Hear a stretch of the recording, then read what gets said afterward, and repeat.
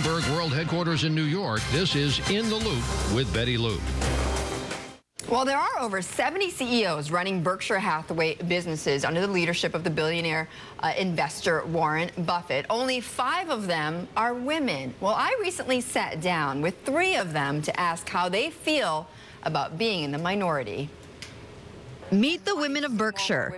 Business Wire's Kathy Barron-Tamraz, Johns Manville's Mary Reinhardt, and Borsheim's Susan Jacques. From buildings to jewelry to communications, these women of Berkshire are in a unique position. When Warren announced my promotion to CEO last November, 2 of the first people who congratulated me and reached out were Susan and Kathy. We do reach out to one another if we have a need or if we have, a concern in any way. And I think there is a special bond that has developed. We get a lot of attention since there's 5 of us. Some would say, though, on the outside, they would look at Berkshire and say, there are still only 5 female CEOs. There are still only going to be 3 women board members. That's not enough. Change comes slowly. I mean, he didn't buy these other businesses because there were men running them. He bought these certain businesses, and that's who's in charge, and he always is looking for the best person for the job. And that includes Buffett's own seat as CEO. You seem to be, Warren, and correct me if I'm wrong, you seem to be letting out few more details about your successor. I mean, the other day, you confirmed that this person is going to be a man. Well, I've actually used a male pronoun unintentionally for quite a while. There are 3 candidates, and they're all male. That doesn't mean that they will be 5 years from now, and I hope they aren't at some point in the future. What is it going to take to get to the point where there are half the women in the boardroom, half the women in corporate America are in senior positions? Warren is very progressive, and to show the support that he's going to select the best individual for the job, regardless of gender. Does it disappoint you, though, that the next CEO he mentioned that's going to succeed him is going to be a man? I think that he's named, various components of the succession plan at Berkshire, but he's never actually named the person that will step into the role that the subsidiary companies actually report to. Have you talked with him individually just about women in the workplace, corporate governance?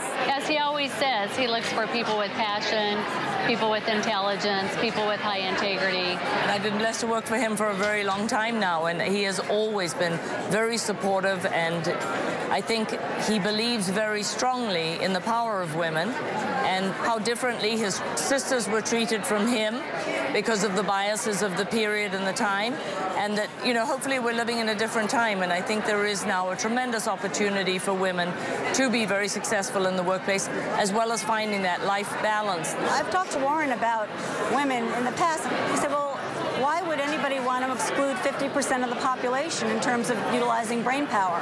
I mean, Mr. Rational, right? He just makes so much sense. Another thing Buffett's been open about recently, joining Twitter. You're not following anyone on Twitter. Not yet. No, I'm following. Are you going to? I'm not even going to follow myself. The first link he tweeted, an essay he wrote on why he's bullish on women and why they're the key to America's prosperity. Buffett joins Twitter at a time when new SEC rules allow companies to distribute information on social media.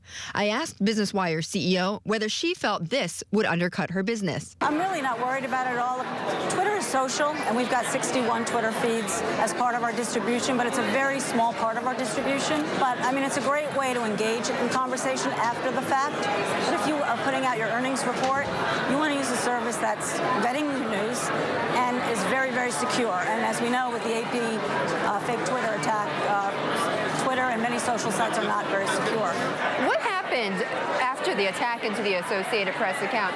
Did your clients call you up? The SEC came out and they didn't issue any new ruling. They put out a report. But then here comes the AP hack about the fake explosions and the president being injured. And everybody went, oh my goodness, look what can happen on Twitter. The stock market drops 1%, $200 billion is lost in 3 minutes. And I said, well, that's our point. We've got to get this right every single day. Well, as we discuss these managers and gender issues at Berkshire Hathaway, I want to bring in Jeffrey Hayzlett. He's a new contributing editor for Bloomberg Television, brings us his experience as the former chief marketing officer at Kodak. He's also an author and a consultant on management strategy and leadership. And Jeff, it was interesting. I learned that you led advocacy groups while you were at Kodak for women and minorities. So at that time, you knew quite a bit about it. I mean, what was the progress there? Well, it was very good, in fact, but I think it's also interesting that a white guy from South Dakota in cowboy boots is the one talking about women and women in the workplace. And was chosen to lead these groups. Yes, exactly. Well, but I also think that was also symbolic as in terms of what you see in most corporates. I mean, 22 Fortune CEOs, Fortune 500 CEOs are women, and half of those came in the last year or two. So it's, you know, to take a, white, it's only been recent. Yeah, exactly. Yeah, it's really not been a lot of change. But to take, a white executive, middle-aged, so to speak, I'd like to say that, and then to be able to be the person in charge of advocating for women or for minorities or lesbian, gays, transgendered, or vets, and we had a vets group as well. So there's a lot of companies that are doing a fairly good job. But maybe that's not such a bad thing, because it's a good thing. Right, exactly, because the problem is that sometimes those issues get siloed into sort of, other issues. But then if you have somebody from the quote-unquote mainstream, let's say, and who's leading a group like this, it might find more acceptance. But do more than lead the group. Actually put women and put, gays, lesbians, or whoever, that you want to be able to make an impact on those populations. Actually do something about it. Put them in positions of leadership. Well, it's interesting because last week I was talking to a group of women CEOs, but also just senior executives in commercial property, and that's a very male-dominated industry. Oh, absolutely. And one of the big questions that kept getting asked over and over again is, do these companies really mean it when they say that they want to promote women, or is it just lip service? Well, I think there is a lot of lip service to it. I mean, the system itself isn't set up that way. Some people say, well, I'm counting on HR. Don't count on HR to do it. HR is there to protect the processes of the company. That's what they're there. Now, they'll be an advocate, but they're not going to make it happen. It really takes the leader of the company saying no. The next person that comes in this job is a woman. The next person that comes in this job is X, Y, or Z. And that takes real leadership and change. Does it take somebody like a Warren Buffett, somebody of that staff? I mean, is that what it is? It takes somebody like him to continue to drill that into corporate America?